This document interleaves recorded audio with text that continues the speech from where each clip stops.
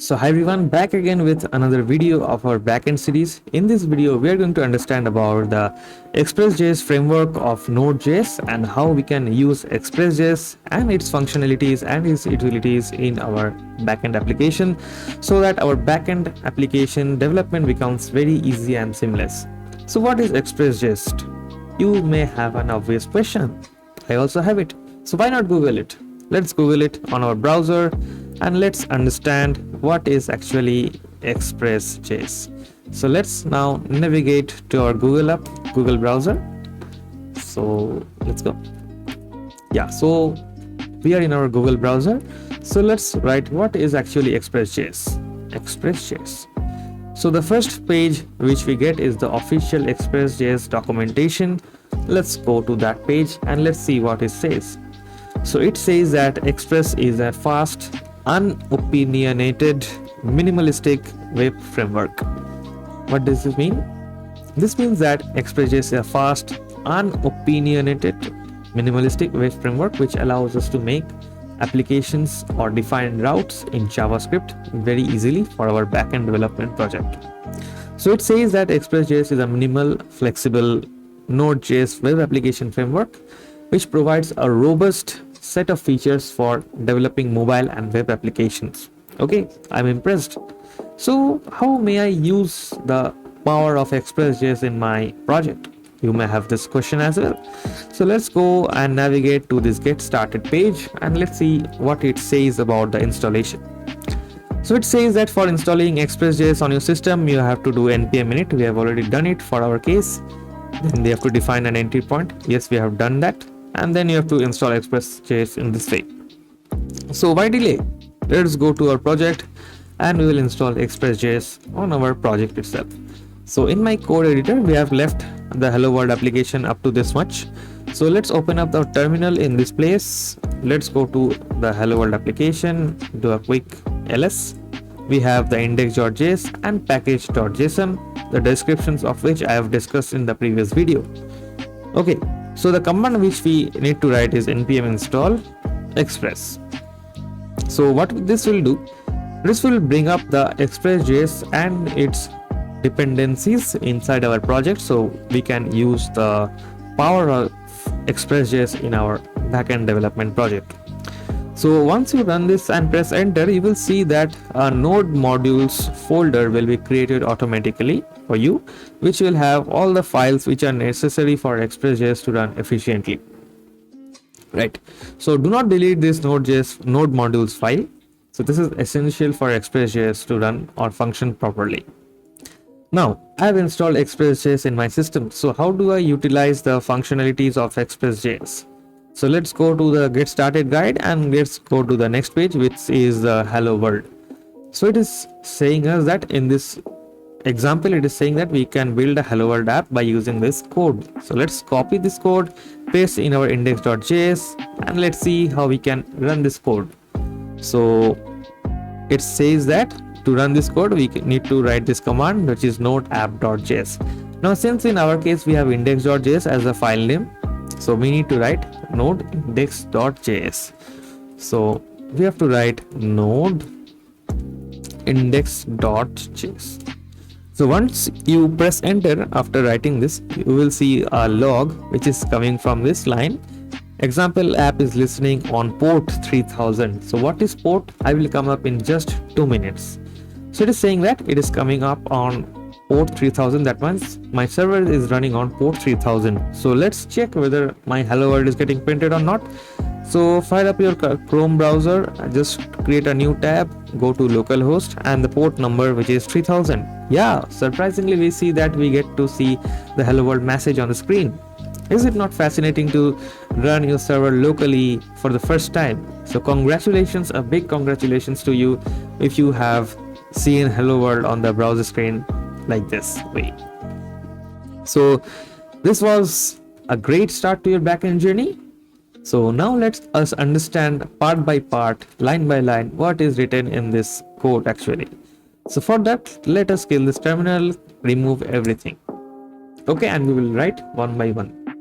So first thing which we will write is const app equal to require express.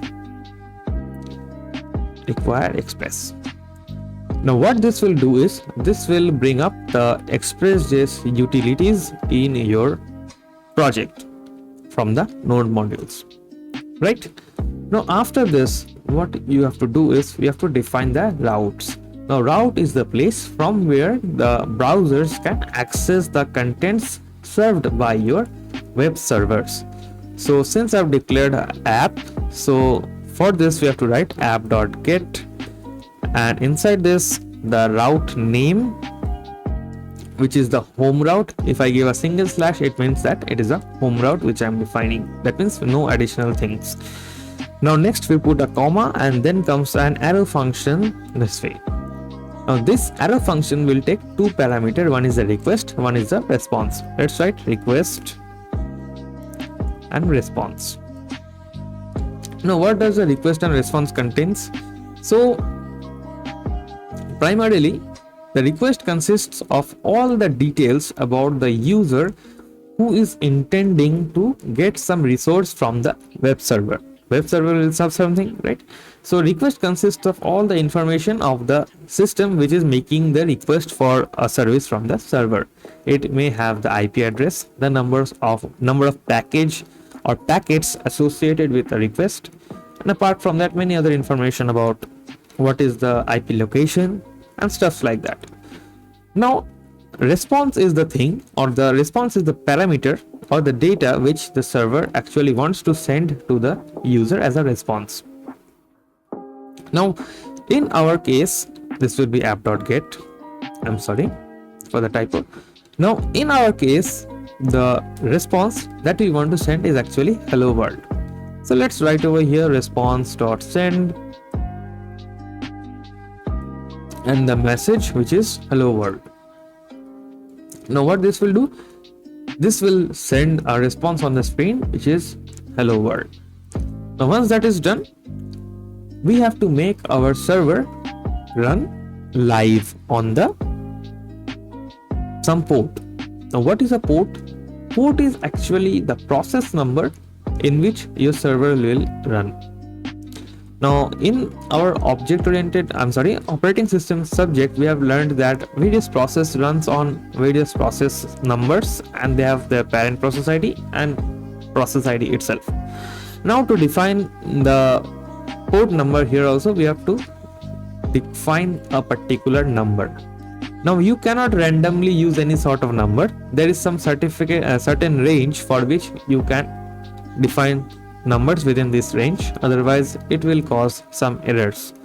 So how much numbers can you define? You can just Google up and you can search that what is the range of port numbers in Express.js or Node.js. So it says that 0 to 655, but